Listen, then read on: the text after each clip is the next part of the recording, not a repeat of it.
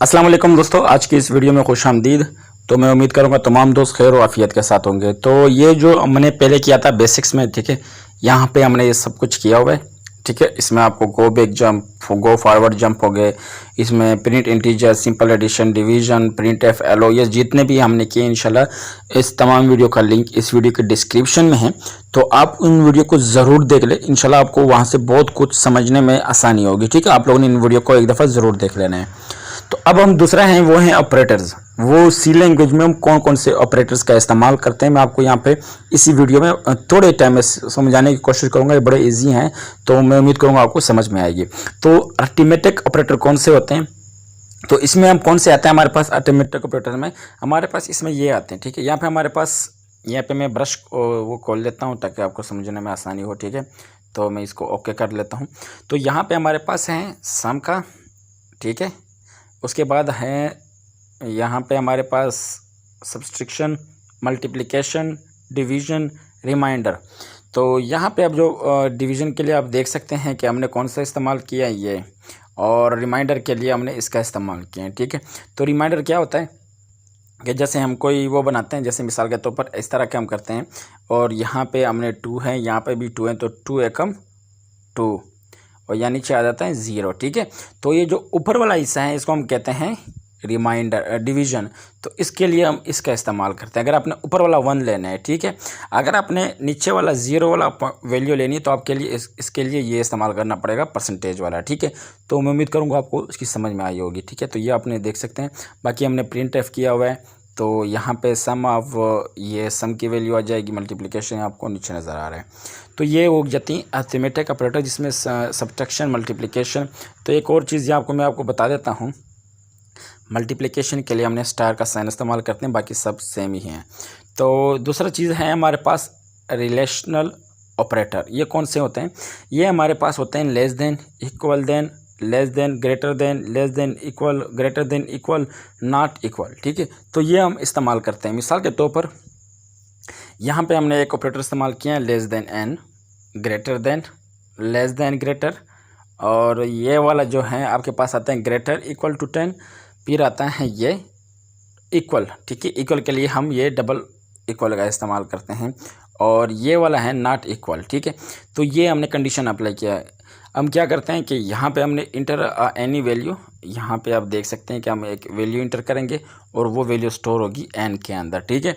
वो जैसे एन के अंदर स्टोर होगी, तो एन के अंदर हमने क्या इंटर किया, मिसाल के तौर पर हमने 100 इंटर किए हैं, ठीक है, 100। तो क्या 100 छोटा है 10 से? नो, नहीं है छोटा, ठीक है। और फिर यहाँ पे आएगा, अगर ये आए, ठीक है, फिर आएगा क्या 100 ग्रेटर देन है 10, बिल्कुल ठीक है। तो ये यहाँ पे हमारे पास, यहाँ नीचे देख सकते हैं कि हमारे पास कंडीशन वो आ जाएंगे। तो ये हो जाते हैं रैशनल ऑपरेटर, जिसमें ग्रेटर इक्वल या less than equal, greater than equal, ये सारे ऑपरेटर्स आ जाते हैं। और यहाँ पे हैं लॉजिकल ऑपरेटर, ठीक है। तो लॉजिकल एंड ऑपरेटर, ठीक है, लॉजिकल एंड। अब एंड ऑपरेटर हम क्या इस्तेमाल करते हैं, एंड के लिए हम इसका इस्तेमाल करते हैं, ये डबल साइन जो होता है एंड, ये हमारे पास एंड होता है, ठीक है। तो हमने यहाँ लिखा हुआ है कि ए इक्वल है, अब लिखा हुआ है कि 2 less than 1 and 4 less than 3। And में एक बात याद रखना है, एंड में अगर ये दोनों कंडीशन ट्रू होंगे तो ये नीचे वाला प्रिंट होगा। अगर दोनों में से एक कंडीशन भी रॉन्ग हो जाए तो ये नीचे नहीं प्रिंट होता। एंड का ये मसला है, ठीक है।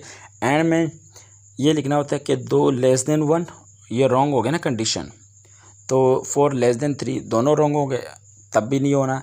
तो इसके लिए आप नीचे आउटपुट में देख सकते हैं कि अगर पहले कंडीशन देखो ना 0 आ रहा है, अगर 2 लेस देन है, ये पहला कंडीशन भी रॉन्ग है, ये भी रॉन्ग है। थोड़ा मैं इसको ऊपर कर लेता हूँ, कुछ समझने में आसानी हो, ठीक है। और ये भी रॉन्ग है, तो 0 आ गया। अब देखना 2 लेस देन 1 है, ये भी रॉन्ग है, ये तो ठीक है, लेकिन इसमें ये रॉन्ग है। अब ये तो ठीक है, लेकिन ये रॉन्ग है। अब ये देखो ना, ये वाला 2 ग्रेटर देन 1, ये भी ठीक है, 4 ग्रेटर देन 1। एंड ऑपरेटर में दोनों कंडीशन ट्रू होंगे तब ये नीचे वाला प्रिंट होगा। अब मिसाल के तौर पर आपको मैं थोड़ा और आसानी से समझाने की कोशिश करता हूँ।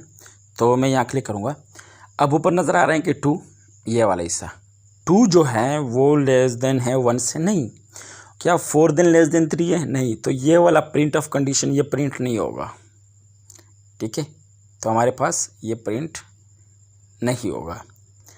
फिर दूसरे में आते हैं 2 लेस देन 1, नहीं, एक कंडीशन रॉन्ग हो जाए इन दोनों में से, अगर ये वाला या ये वाला कोई एक भी रॉन्ग हो जाए तो ये आपके पास ये प्रिंट नहीं होगा। तो एंड का ये होता है। अब जो लॉजिकल और ऑपरेटर है इसमें से सिर्फ एक कंडीशन भी ट्रू हो जाए तब नीचे प्रिंट होगा। अब यहाँ पे आप देख सकते हैं 2 लेस देन 1, 2 छोटा नहीं है 1 से, कंडीशन फॉल्स है, लेकिन 4 भी लेस देन 1 नहीं है, ठीक है, ये प्रिंट नहीं होगा। ये नीचे वाला प्रिंट एफ का फंक्शन जो है ये रन नहीं होगा। अब जैसे नीचे जाएंगे 2 less than 1 not, 4 greater than 3, हाँ एक कंडीशन ट्रू है, ये तो रॉन्ग है लेकिन ये ट्रू है, तब ये वाला ये फिर भी रन होगा, ठीक है। ये और ऑपरेटर है, यहाँ पे आपको नज़र आ रहा है और का ये साइन है।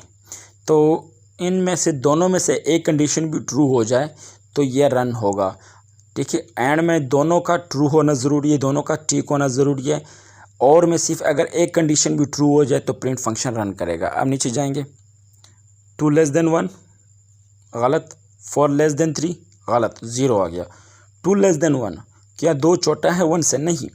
4 ग्रेटर देन 3, देखो ना पहले वाला तो रॉन्ग है, ये वाला मैं आपको दिखा देता हूँ थोड़ा, अच्छा यहाँ पे ये देखो ना, ये तो रॉन्ग है लेकिन ये ट्रू है, तब भी देखो ना 1 आउटपुट है। 1 का मतलब है कंडीशन रन हो गया है, यानी प्रिंट फंक्शन चल पड़ा है। तो और में ये है कि दोनों में से अगर एक भी ट्रू हो जाए तो वो चल पड़ता है। नॉट ऑपरेटर कब इस्तेमाल करते हैं, यानी कि 5 लेस देन, यहाँ कंडीशन चेक कर सकते हैं, 5 लेस देन 1, 5 छोटा है 5 से, नहीं है, नॉट, ये ट्रू है, ठीक है, मतलब नॉट लिखा है कि 5 1 से छोटा नहीं है, कंडीशन बिल्कुल ट्रू है, तो यहाँ पे हमारे पास पहला वाला रन हो जाएगा। फिर लिखा है कि 5 ग्रेटर देन 1 नॉट, देखो ना लास्ट में वो नॉट के लिए ऑपरेटर इस्तेमाल करते हैं, ये उल्ट होता है यस का, ठीक है। ये है असाइन ऑपरेटर। असाइन ऑपरेटर किसके लिए इस्तेमाल करते हैं, यहाँ पे आप देख सकते हैं हमने इंटीजर लिए हैं ABCD, ठीक है। 10 में एक 10 की वैल्यू हमने साइन की है किसको, A को, A के अंदर 10 स्टोर हुआ, राइट साइड की वैल्यू लेफ़्ट साइड की वैल्यू को हम देते हैं, ठीक है। ये इसके लिए हम ये वाला साइन इस्तेमाल करते हैं, इसको बोलते हैं असाइनमेंट ऑपरेटर, ठीक है। यहाँ पे आपको लिखा भी हुआ है, आपको समझने में आसानी होगी, ठीक है। ए के अंदर क्या वैल्यू है 10, जो हमने यहाँ पे स्टोर की हुई है, ये वाली 10 की वैल्यू ए के अंदर स्टोर हुई, ए के अंदर 10 है वो बी के अंदर स्टोर हुआ, ए प्लस बी में दोनों में 10 है, क्योंकि ऐसे 10 प्लस 10, तो ये 20 कहाँ स्टोर हो जाएगा, सी के अंदर, ठीक है। तो अब यहाँ देख सकते हो सी के अंदर 20 आउटपुट आया हुआ है, तो इसको हम बोलते हैं असाइनमेंट ऑपरेटर के वैल्यू को ऑपरेट करना, ठीक है। अब यहाँ पे एक दूसरा तरीका है कि यहाँ पे आप देख सकते हो ना डायरेक्ट किया हुआ है। पहले हम क्या करते थे, इंट लेते थे ऐसे और फिर लिखते थे नम, फिर हम 10 की वैल्यू असाइन करते थे नम को, ठीक है। अब यहाँ पे क्या किया, int num is equal to 10, यानी वहीं पे इनिशियलाइज भी किया हुआ है, यहीं पे इनिशियलाइज भी किया है और वैल्यू भी दी हुई है। ऐसा भी आप कर सकते हैं, यानी शॉर्ट एंड असाइनमेंट, यानी वहीं पे इनिशियलाइज करना और वैल्यू दे देना। अब नीचे देख सकते हो 10 की वैल्यू असाइन हुई है और उसके साथ प्लस भी लिखा हुआ है, कि मतलब है कि 10 की वैल्यू, ऊपर 10 की वैल्यू क्या है 10, यहाँ पे दोबारा 10 की वैल्यू दी गई है, आपको नज़र आ रहा होगा, और यहाँ प्लस का सिंबल भी नज़र आ रहा है, मतलब है कि नम के अंदर 10 की वैल्यू ऐड हो जाना, ठीक है। पहले हम क्या करते थे, हम ऐसा कर देते हैं, नम इक्वल है नम प्लस 10, ठीक है, हम ऐसा लिखते थे, ठीक है। अब ये सिंपल फॉर्म है कि 10 की वैल्यू नम में स्टोर हुई है, तो नम के अंदर पहले 10 की वैल्यू है, ऊपर आपको नज़र आ रहा है, फिर 10 वैल्यू ऐड किया तो ये 20 आ गया, ठीक है। और नम में 5 माइनस किया है तो 5 वैल्यू आ गई। इसको मल्टीप्लिकेशन का सिंपल तरीका है, ये वाला आपको समझ में थोड़ा सा आया होगा, क्योंकि हमने नम के अंदर कौन सी वैल्यू रखी है, आपको मैं थोड़ा सा और आसान अल्फाज में समझाने की कोशिश करता हूँ कि हमने नम के अंदर 10 की वैल्यू स्टोर की हुई है जो पहले से असाइन हुई हैं, तो हमने दोबारा 10 की वैल्यू नम के अंदर स्टोर किया, लेकिन उसके लिए हमने प्लस लिखा हुआ स्टार्ट में, यानी पहले उधर जाएगा फिर प्लस होके नम में हो जाएगा। नम के अंदर पहले क्या है 10, दोबारा 10 दिया तो क्या हुआ 20। अब नीचे देखो नम के ये वाला वैल्यू, नम के अंदर क्या पड़ा है 10, और 5 माइनस किए तो क्या वैल्यू आ गया 5, नम के अंदर क्या पड़ा है 10, 2 से मल्टीप्लाई किया 20, नम को डिवाइड किया और डिवीजन किया है। ठीक है, ये आपको समझाने के लिए शॉर्ट तरीके से इसको किया हुआ है। डिक्रीमेंट के लिए माइनस माइनस का ऑपरेटर इस्तेमाल करते हैं।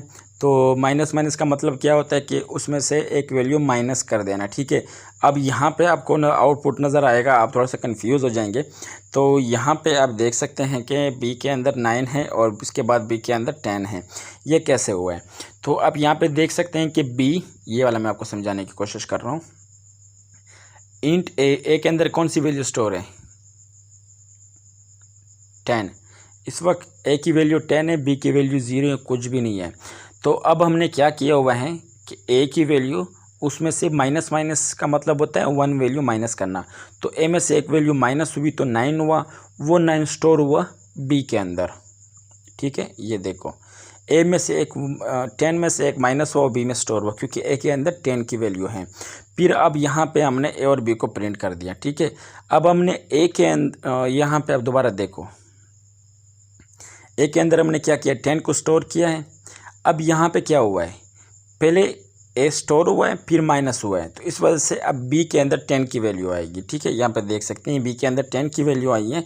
लेकिन मसला ये आया हुआ है कि हमने ए को 9 के बराबर हुआ है, पहले ए बी को वैल्यू असाइन हुआ फिर बी से माइनस हुआ। एक बात दोबारा याद रखना, इसका मतलब होता है कि पहले ए की वैल्यू बी को मिली, ए के अंदर 10 था जो बी को मिल गया, उसके बाद ए से एक माइनस हुआ तो ए की वैल्यू 9 थी रह गई, लेकिन बी की वैल्यू 10 ही रही। ठीक है, ये हमारे पास दो तरीके होते हैं डिक्रीमेंट के। जो इंक्रीमेंट होते हैं वो प्लस प्लस होते हैं, बिल्कुल सेम ही जो पर आपको नज़र आ रहा है।